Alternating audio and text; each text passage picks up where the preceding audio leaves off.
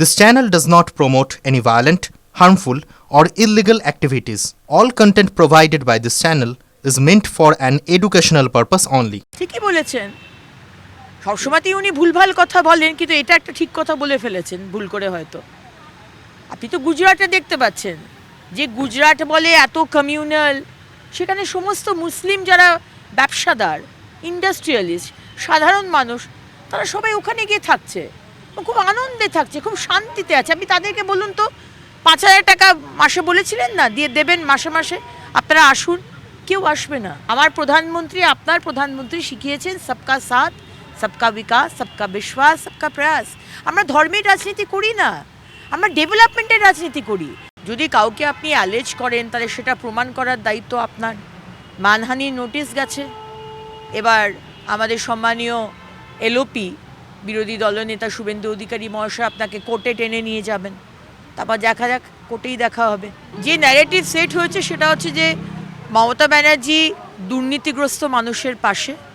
প্রতীক জৈন এবং তার company I-PAC, আজকে অনুপ মাঝির যে কয়লা কেলেঙ্কারি, সেই কেসে ইডি এসেছিল। প্রবাবলি অনেক মানুষই এবার অ্যারেস্টেড হবে।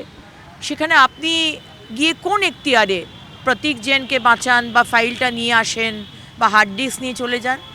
আপনি কে? আপনি মুখ্যমন্ত্রী বলে আপনি কি ভাবছেন যে আপনি সব কিছুর উপরে? আপনি ভারতবর্ষের আইনের ওপরে, ভারতবর্ষের সংবিধানের ওপরে? আপনি নন মুখ্যমন্ত্রী। আর 3 মাস আপনার টেনিউর, 3 মান্থস। এই সরকার, মমতা ব্যানার্জি বলেন ওনারা নাকি মহিলাদের জন্য, মহিলাদের সুরক্ষার জন্য তারা নাকি অনেক কাজ করেছে। তারা নাকি মানে সব থেকে সেফেস্ট সিটি কলকাতা এবং পশ্চিমবঙ্গ বলা হয়। সুতরাং 3 মাস বাকি, আর মোদী সরকার হবে। আজকে শুধু সরকার গঠন করার জন্য সরকার গঠন করা নয়, এই ইলেকশন নয়, এই যে মহিলাদের প্রতিদিন অসম্মান, অত্যাচার, এই যে কমপ্লিট বাংলার সংস্কৃতিকে শেষ করে দিয়েছেন মুখ্যমন্ত্রী, এইটাকে বাঁচানোর জন্য এই তৃণমূলকে যাওয়া দরকার।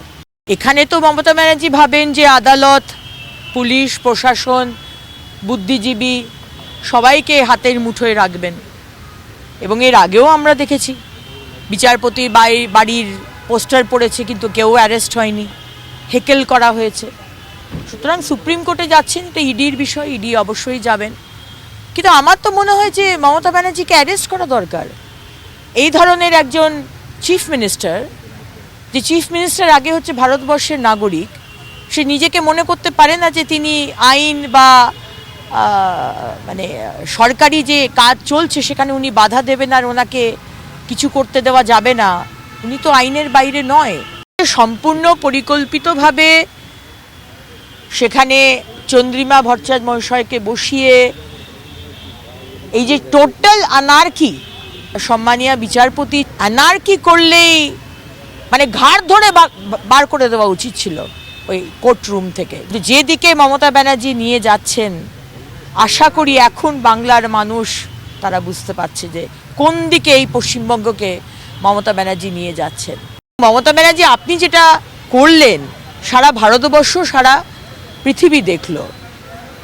এর থেকে লজ্জার যে কেউ তার নিজের চুরি ঢাকতে এই ধরনের অ্যাকশন, অবশ্যই এর আগেও আপনি করেছেন, রাজীব কুমার, ফিরহাদ হাকিম, যারা দুর্নীতি করে আপনার দলের লোকেরা, তাদের পাশে আপনি দাঁড়িয়েছেন।